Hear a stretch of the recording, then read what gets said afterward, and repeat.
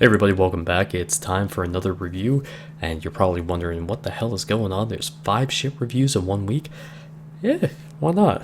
I don't know, feels like review week to me. So today we are covering the Tier 6 premium Russian cruiser, the Molotov, and this one has stirred up quite a bit of noise. So I guess you could expect that with something with a name as provocative as this, but this is a very interesting ship, and actually, that's putting it extremely mildly. I gotta say, I don't care for the camo scheme, especially when I show you the other camos and how they look on the ship, which I'll just say now, all of them look really good.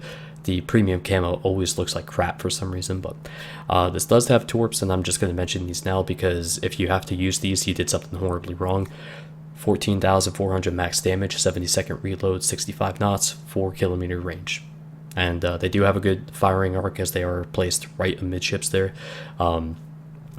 What you're seeing here is from patch 5.5, and this particular set of AA guns actually got a buff. So instead of being 2 kilometers, it's up to 3.2. So I think that brings the average damage per second up to 65. So there's just a few little guns added to the B and C turrets. It kind of looks just like they're literally tacked on, like somebody bolted them right on top of the turret, and that's it. But it's not going to make the Molotov any more special as far as the AA is concerned, because it's frankly got really shitty AA. And as far as the maneuverability, it's fast, 36 knots, and it can get a little better with the speed flag, of course. And as far as the rudder shift and the turning radius, well, I just want to show you something real fast. The Yamato, let's take a look at this real fast, has a 900 meter turning radius, and the Molotov is at 860. So the first thing I'd like to point out is that this ship has 4 major drawbacks: that turning radius, the lack of armor, the fact that it sits higher up out of the water than the Kirov does, which is interesting because the Kirov got a couple little buffs there, lowering it in the water just a little bit, and a 3mm buff on its armor to make it more resistant to smaller caliber shells, and the AA. That's a pretty lengthy list of drawbacks. And it does have all these drawbacks because these guns are from the Tier 9 Dmitry Donskoy. They're the same guns. Now, I have a few upgrades as far as my captain skills are concerned, so I have a Demolition Expert, so instead of 16%, you start off with 13% fire chance. It does have a maximum AP damage of 4,400, so when you hit a citadel, boom, 4,400, and max HE is 2,500. The dispersion, it says 130. I never believed in that crap to begin with, and your overall range, of course, is 15.5 kilometers. As far as the captain skills are concerned, go with concealment. I'm sorry, not concealment. I was looking ahead there. The situational awareness, I go with last stand because I want all the protection I can get for my engine and being able to stay mobile, because that is the only thing that will save you, is being able to keep people at distance and at arm's length. So as far as the mods are concerned, of course, go with the very usual suspects. I go with the accuracy module. I really wouldn't bother with the AA or really anything else. Protect my propulsion a little bit more to try to make sure I can get out of those situations and keep moving.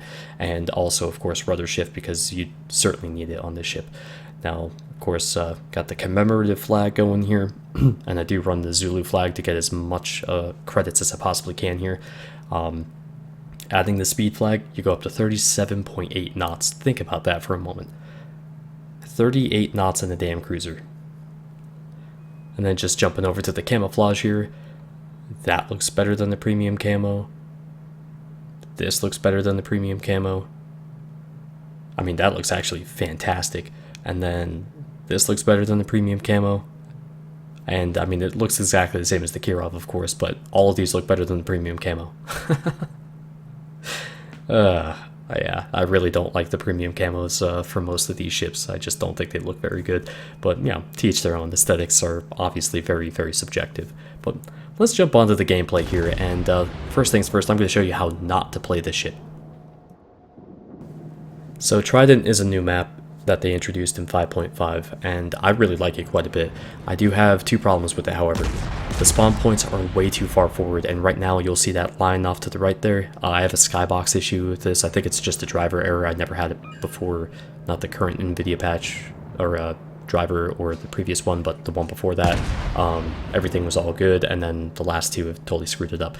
But it leads to a lot of situations like this where, I mean, we just hit the 90-second mark into the match, and that dude got wrecked. This is not the type of ship that you play like a, low concealment type of cruiser that can get close and, unload with its AP against all these guys. I mean, 12.7 concealment is good, don't get me wrong. But at the same time, you gotta use that range, and, you gotta angle and try to protect your side as much as you possibly can, because the second you get into a bad situation, you're pretty much dead in this ship, because it takes such a long time for it to complete a turn that you're exposed for a much larger amount of that time, so the enemy has a greater window of opportunity to unload a significant amount of damage into you or just kill you outright. And this was a terrible salvo by me, by the way. Ugh. I hate watching stuff like that sometimes, but I just think that the way people have complained about this ship as far as it being like crap, I'm kind of blown away by that. I was not impressed by it when I initially played it, and by the third or fourth match or something like that, I was like, now I got to figure it out. And the thing is, I play this like the York. I know that sounds weird. It actually has usable AP for the entire range that it can shoot out to, but it's the standoff type of cruiser play that makes this really effective, at least to me, or I should say for me. If getting closer is more your thing, then more power to you, and you have bigger balls than I do. But this is just something that I don't think, if I didn't play the York, which to me has a very specific style of play, I don't think I would be picking up on this as well as I am. And check out this kill secure. Look at that. Dude's got 9 HP. Yeah, sorry, I just felt like sharing that with you.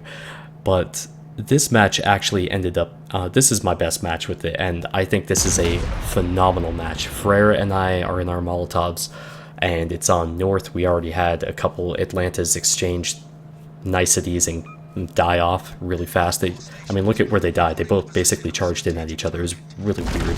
But Nuremberg got nailed by Frere there, and I'm just trying to see if I can finish him off. Try to get us in a good spot here, because the enemy does have a lot of destroyers, and I have a sneaking suspicion at this point that because of that, we're going to have a Cyclone. So I've only played North in the Cyclone a couple times now, and actually the first time was with the Colorado, the other time was with the Yamato, and that sucked actually, because that massive amount of range you have, gone. You just have that 8-kilometer range, and you can't really do too much with it when you're facing off against Gearings and Shimikaze and Zhaos and stuff, because you can't get that close to them. You'll get wrecked. I mean, granted, they will too, but that's not the type of trade-off I'm willing to make, unless it's a dire situation, But anyways, York is backing up here, or just sitting still just south of their cap. They have a few other ships back there, and as you can see on the mini-map, there's a number of destroyers over here just to my left, so they're a bit further off. Now, I'm trying to keep myself as angled as I can, and I'm going to go ahead and... see that? Cyclone coming, so... I knew it was coming too. I had a feeling, just because of the nature of the match, the team composition, that would happen. But get another set of hits on the York, and he's burning a bit, but trying to get out of the way here. I don't want to be caught in the center when that Cyclone comes in and reduces our visibility down to 8 kilometers, because you'd rather go ahead and kind of reset everything and then move based off of where your team's currently at, and try to work together as a group. So Kamikaze are here. Last shots I can get before the Cyclone hits. Does some decent damage there, but now look at this. Well, there ended up being a Furutaka that pushed down the 9-10 line, and both Frere and we decided to go ahead and meet him. And check this out. It's just like that.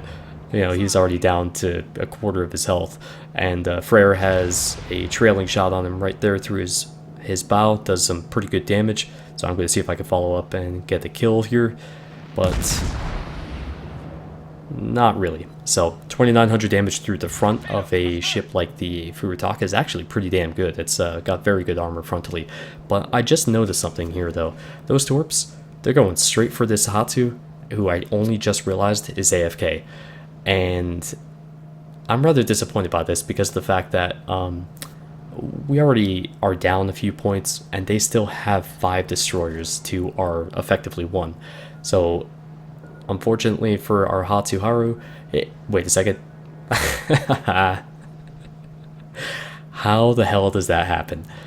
An AFK dodges torps better than I do. Like, that's just ridiculous. And then we lose 2 more ships up there at their cap. I don't know why they were up there in the first place, but yeah, we, as you can see, we have kind of reorganized ourselves here on our cap. The thing is, when in a situation like this, you have an AFK. Obviously, we don't want to lose him and have this match get any further away from us, but you can use him to indirectly spot and tell you where an enemy is, because if he starts getting hit and if he dies, you know somebody's really close to him within 8 kilometers in this situation. So that's something that's pretty important to remember in the situation that you're in as far as a Cyclone's concerned.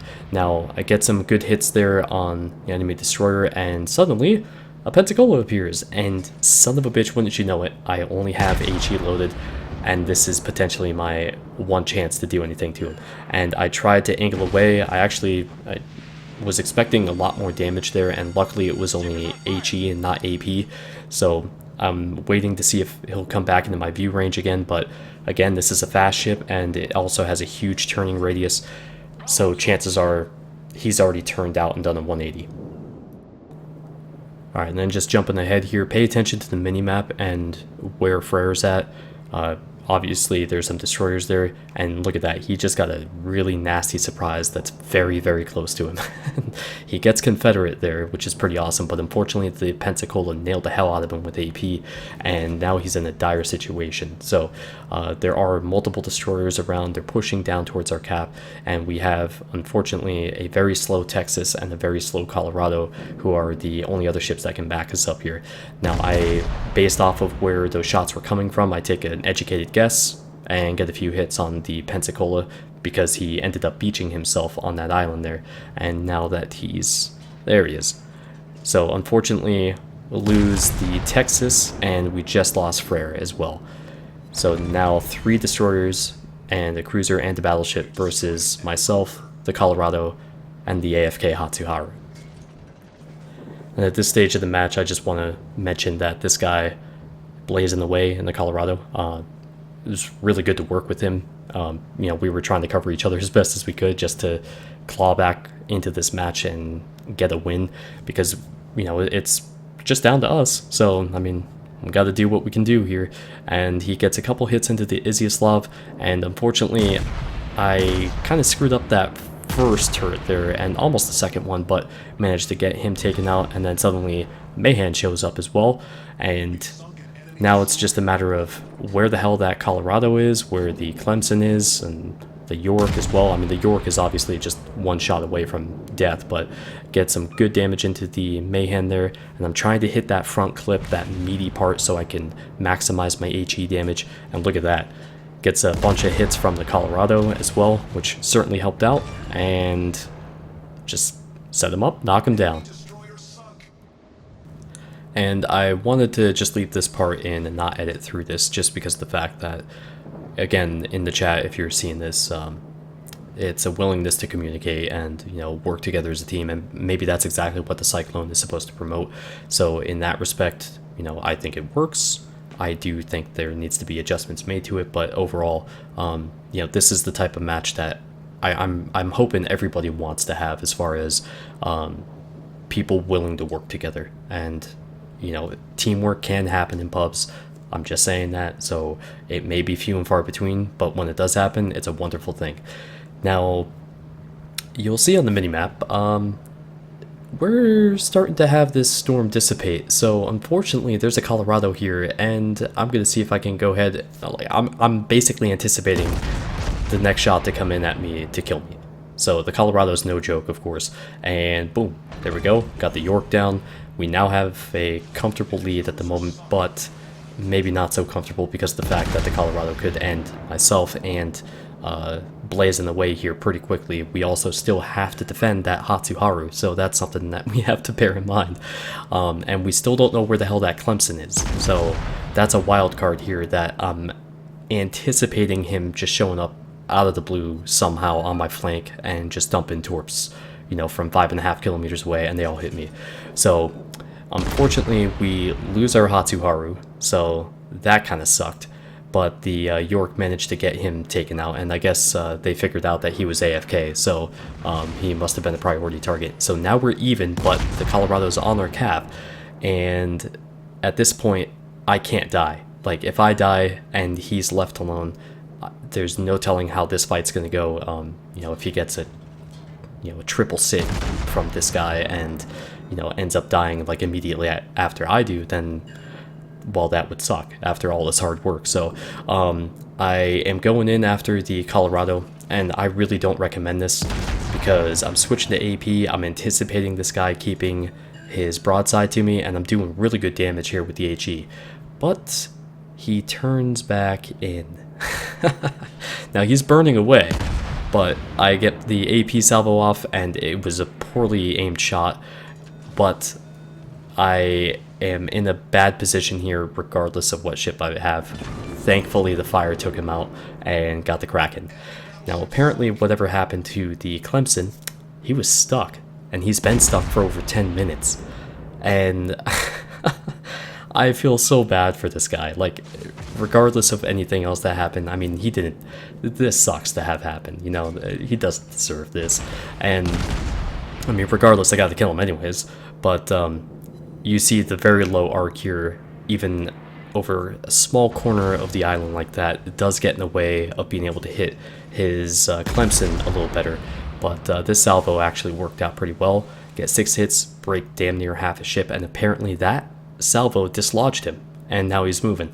So the poor guy, only after going down to like 3% of his health, manages to get away. So that was a hell of a match, though. It was really well played by our team, and you know how we work together. Now I know in the previous video I did mention this particular shooting lane on Fault Line is one of my favorites with battleships. It's now certainly one of my favorites with the Molotov too. I mean, this is, I gotta give myself credit here. It's one of the few times I'll not be humble. This was a badass shot. So even though I only did a couple hundred damage to him, the fact that I was able to hit that small window of opportunity there with the cruiser is badass. And these shells travel just so damn quick. It's all about threading the needle with it. And I mean, you take a look at a shot like that where the dispersion was just terrible, just absolutely awful. And then you follow up with a shot like this, and you get 5 citadels. That's pretty damn incredible. So, considering that, and the fact that, you know, the guns make this seem like a very easy ship to use, but the rest of the ship make it actually a rather difficult ship to use. You know, basically what goes on with the premiums is, the trend is that they have a high skill floor. The Warspite is not a user-friendly ship for new people into the game. The Murmansk is probably pretty well-rounded. The Atlanta, maybe a 0.5% of the total population in World of Warships can actually use that ship effectively, and you know, so on and so forth. There's a number of ships that they're niches. They're for players that are comfortable with their skill and able to use them in their most effective manner. And I just took out a full health Shores there with another ship shooting at me and all that stuff. And the only reason I took that much damage in the first place was because I was keeping my 3rd turret on the target, and I got a bit greedy. I could have taken a lot less damage there and pretty much killed him in the same way. And by the way, never sit still in the Molotov like that guy. Just a terrible idea. I really think I like what Wargaming is doing with the premiums, where it takes more to get good games out of these. And again, I know a lot of you guys may think, well, the guns are so easy to use, but you're not going to survive a match if you're running in like any other cruiser, and you don't have, again, the mobility to get yourself out of situations that you could otherwise get out of in, say, a Cleveland. The Cleveland has respectable armor, and it has really good rudder shift. It has, excellent guns as far as the rate of fire. I mean, you can dissuade people from chasing you just because of the fact that you have a high rate of fire and an overall shell volume, an output that can, make them think twice about pursuing you. You just don't really get that in a ship like this with a 12-second reload. You have to pick and choose a hell of a lot more carefully who your targets are. You have to work together as a team. You have to pay attention to your surroundings. There's more that a ship like this demands out of you than what a Cleveland would outright. So in that respect, it has a higher skill floor, in my opinion, than a ship like the Cleveland, which is much more user-friendly. And it's certainly a more accessible ship than this is, even though these guns make it seem super easy to just beat the shit out of everything. It's a glass cannon, and the way you have to treat it if you're trying to survive for any length of time is to expect every single shell that comes in to citadel you. When you start thinking like that, you start to pull away and give yourself time to react. And in that respect, I think the Molotov is a monstrous ship. And I can't tell you whether or not you should buy it, but it's available for both. It's in the premium shop and now in the tech tree, available for gold. But personally for me, this is a fucking awesome ship. And that's my endorsement, I guess. So of course the big news right now is that patch 5.6 went live, and it's awesome. A lot of quality of life changes as far as the UI is concerned. The detail reports is badass. The North Carolina is amazing. Had like 7 or 8 matches in it, and only one of those under 100,000 damage. Yeah, I mean, holy crap, I can't remember the last time I had that much damage consistently in the battleship in this game. That blows my mind.